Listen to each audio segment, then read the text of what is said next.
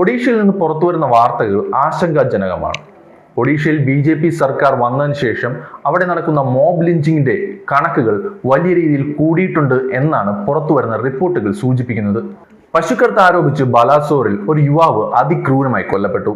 അതുപോലെ തന്നെ ബംഗാളിൽ നിന്ന് കുടിയേറ്റ തൊഴിലാളികളായി എത്തിയ ആൾക്കാരെ ബംഗ്ലാദേശികൾ എന്ന് പറഞ്ഞ് ആക്രമിക്കുന്നതും അവിടെ പതിവായി വരുന്നുണ്ട്. എന്താണ് ഒഡീഷയിൽ സംഭവിക്കുന്നത്? നവീൻ പട്നായിക്കിന്റെ ശാന്തമായ ഒഡീഷയിൽ നിന്ന് അക്രമാസക്തമായി ആ നഗരം മാറുകയാണോ?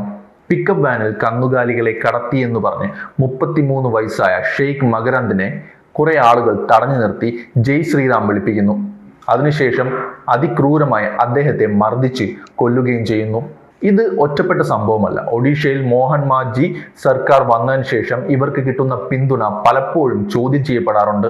പിക്കപ്പ് വാനിൽ കന്നുകാലികളുമായി പോയ യുവാവിനെ തല്ലിക്കൊന്ന സംഭവത്തിൽ ഇപ്പോൾ കൊലപാതകമെന്ന FIR എടുത്തിട്ടുണ്ടെങ്കിലും ആദ്യം വാഹനാപകടമായിരുന്നു എന്നാണ് ഇവർ പറഞ്ഞിരുന്നത്. പിന്നീട് പ്രതിഷേധങ്ങൾക്കൊടുവിലാണ് FIR കൊലപാതകത്തിലേക്ക് മാറിയത്.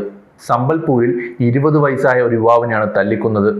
ബംഗാളി സംസാരിക്കുന്നത് കൊണ്ട് ബംഗ്ലാദേശി നുഴഞ്ഞുകയറ്റക്കാരൻ എന്ന് പറഞ്ഞായിരുന്നു ആ യുവാവിനെ തല്ലിക്കൊന്നത്. പശ്ചിമ ബംഗാളിൽ നിന്നും ജോലിക്കായി ഇവിടെ എത്തിയിരിക്കുന്ന ബംഗാളി സംസാരിക്കുന്ന ഇന്ത്യക്കാർ ഇപ്പോൾ ഭീതിയിലാണ്. കൊൽക്കത്ത ഹൈക്കോടതി ഈ വിഷയത്തിൽ ഇടപെട്ടതും ഒഡീഷ സർക്കാരിനോട് വിശദീകരണം ചോദിച്ചതും വലിയ ഗൗരവകരമായ ഒരു കാര്യമാണ്.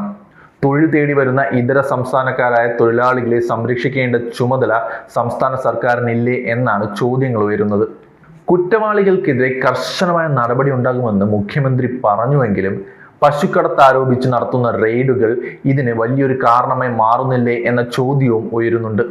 24 വർഷം BJD ഭരിച്ച ഒരു സംസ്ഥാനം BJPയുടെ കയ്യിൽ കിട്ടിയപ്പോൾ അതിന്റെ ഘടന തന്നെ മാറ്റാൻ ശ്രമിക്കുകയാണോ എന്നും ചോദ്യങ്ങൾ വരുന്നു. ഒഡീഷയുടെ സമാധാന അന്തരീക്ഷം തകരുന്നത് വികസനത്തെയും ബാധിക്കും.